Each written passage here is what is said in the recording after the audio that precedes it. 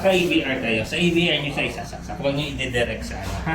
Sa pinaka-outlet. Ano, para protected yung makina, nakakabit siya sa AVR. Since 220 naman paras, nakasaksak paras yung machine sa 220. So nakasaksak na doon, power on dito, may power button siya sa likod. Yan, power on. And then, susi. Pagpatay, vice versa lang. Susi, power off, unplug. Baliktad lang. Okay? Hindi matatanggal ito. This, ang tawag sa kanya, kalimutan ko tuloy tawag. Yan, hindi magbubukas ang machine. Okay. This one is yung put switch niya, plug niya, diba? Ito, parang fuse yan. Nasa yan. Asikip naman yan. Hindi naman basta-basta tinatanggal. Okay? Surgical tip. Pag tinanggal nyo, ito lang yan. Ikot, natatanggal siya, di ba?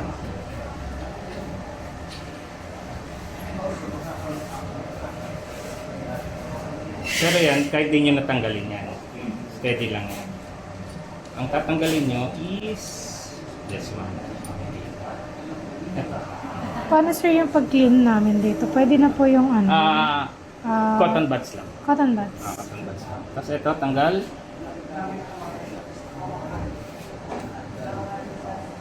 Alcohol pad sir, pwede? Wag mo nyo lang babasahin. Dito po. So, Pwede dito, wag lang to. Kasi di ba nagkakaroon ng watermark kapag basa? yeah. Doon sa lens niya, wag basa. cotton buds lang. Cotton buds lang tayo. Ito, pwede nyo itong ilagay dito. Ito na ang gagamitin nito, diba, pagka surgery na. Tatanungin kayo minsan nito. Dalawang klase siya. Meron siyang 50 and up. Yan na sir yung pang sa works. Pang warts, pang skin tags. May sizes yan. 300 and 150 ata yan. 50, 100. Depende kung anong size. Mas maliit, mas malalim ang naabot. Okay. Sample yan. Kabit lang yan.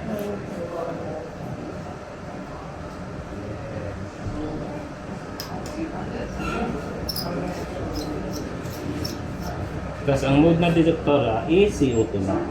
Ito na siya. Hindi na fractional. Kanina ito yung ginamit natin, yung scanner. Fractional. Ang mode tayo yan. So kapag nag-CO2, ito na. Warts, skin tags, or even kung nag-isa-circumcise si Doc, pantuli, pwede rin siya. Okay. Okay? So iwasan yung nagsasabit-sabit yung yan lang siya. Okay? Hindi nyo sira yung machine. Sira yung machine kapag na pindot nyo to. Accidentally, kunyari nililinis nyo na pindot nyo. Ganun din sa kabila. May emergency shutdown button niya yan. Pag napindot nyo yan, kahit anong gawin nyo, saksak nyo, hindi magpapakit. Until i-release nyo. I-release nyo lang siya.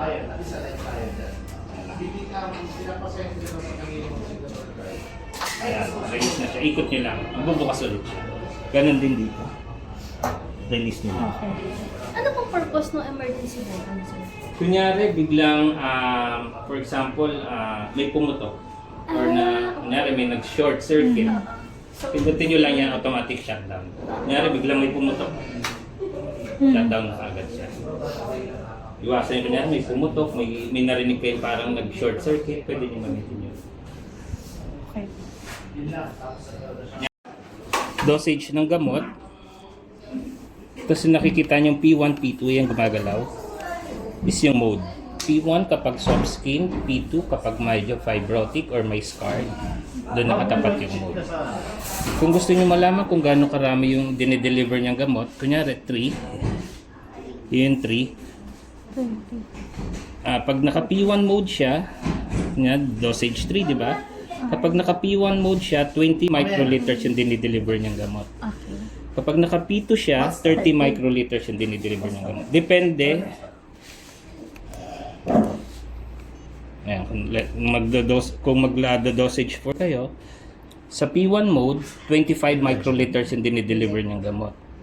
Sa P2 mode, 40 microliters yung dinideliver ng gamot. Pero same price pa ito. Yan ang kasama. So, ayan. Pero pag meron Yung kayo, gamot, Dok. Ay, yung gamot. Tapos long press nyo lang ito.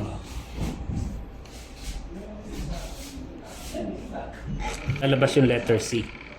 Cleaning na siya niyan. Hintayin nyo hanggang matapos yung procedure. Nilinis niya hanggang sa loob. Parang machine. Yung nililinisan. Ayan, Pero ito, Sir Charlie, distilled purified. Apo.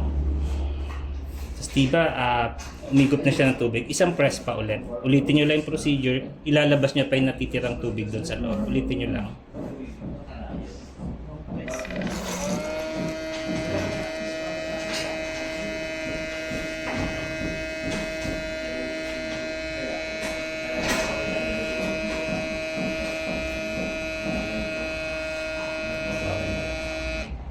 So, okay na yan. Clear niya.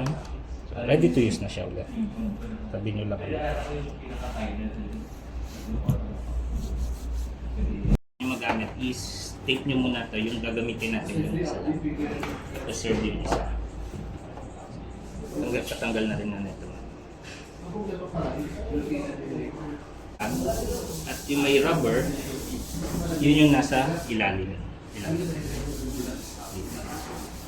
Yun yung nakatapat dun sa ilalim. Hindi pwede siyang mabaliktad na ganyan.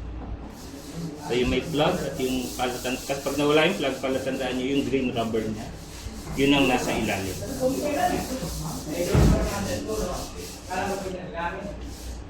Ready to use na siya. Once na may gamot, mamaya pagka may syringe na tayo, tutuloy na. Pagkabit ng gamot. At pagkabit nung gun, saka nung dito pagkabit naman, may guide naman. Makikita niyo itong guide na dalawa. Papasok niyo dapat siya sa guide. Ito, nakakabit na dito. Pag nakakabit na yung syringe na. Ano syringe ginagamit ko? Yung syringe na kayo, mga 4 na line. 2, actually, 4, kahit mga 5 lines. Ayan, tapos. nagulat lang. Kahit mabagal na yung movement. Bawal pa ako. Pa naman. Dito sa may ribs, may konting feel. Ayan, medyo sa bone, umaabot Bony siya. area. Malalim kasi ito, 13 13 mm eh.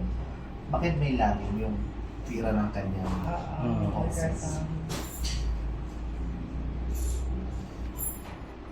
How do you feel? Ay, hindi ko na-set yung ano. May tayo? 400 shots. 300. 300. So bilang tayo na. Nadagdagan na lang. Plus 100. Dito Doc, kahit mga ano lang, 200 shots. Kasi yung bilang na 400 both side yun. Okay. I see. First side. Oh, yeah. Hindi napapantay ng chunk. First side. Buong ano. So, vertical version. This isn't so bad. Nakagulat lang yung unang yun. So, sa may ano, sa may lips. Hindi ako yun Ooh, yeah, sa side aray. Spin arm should be so. Ayan, ganyan, tama. Ganun. Yan. Pwede ako makapag... Okay, that's fine. Taas na. Ay, narinig pala. And then 300 shots. 0.1 micropulse. Turbo. This is deeper? Or Hindi, shallow? mas ano, mas shallow. The first one was deepest. So pataas tayo. Pero minsan, ang nangyayari doon, kapag 13 and Hindi, oo, di mo, di ba lalo na sa face. Sa face mas nadaramdaman. Hindi naman. Is E10, 755, and 1064. Tatlo siya. Tapos Yan. Program, professional, yung rejuvenation mode niya, doktora, nakalabas na. Okay. Automatic na yan, for review. Tapos, ready na siya for review. Kaya pag nilalagay natin po dito, laging nakasabit yung kasi ang pinakamahal na part niya is yung handpiece niya. Kain lang natin yung status. Waiting siya.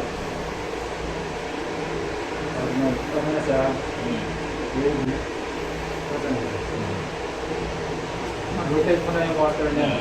Papalamigin niya muna yun. Cooling level natin 3 level.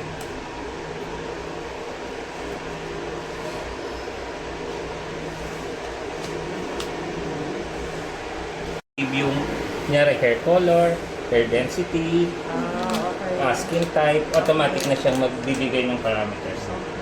Ready na. Feeling professional mo. Nagawa kayo ng sarili niyong parameters. Tapos pwede niyo i-save din sa machine. Then program mode tayo. Sample kay Doktora. Female, arm tayo na. Arms. Maputi si Doc, so more or less dito tayo. Skin type, hair density, manipis lang. Thickness, manipis lang rin. Then, hair color, black. Enter, bibigay na siya ng parang. Okay. Ready na siya. Ano na?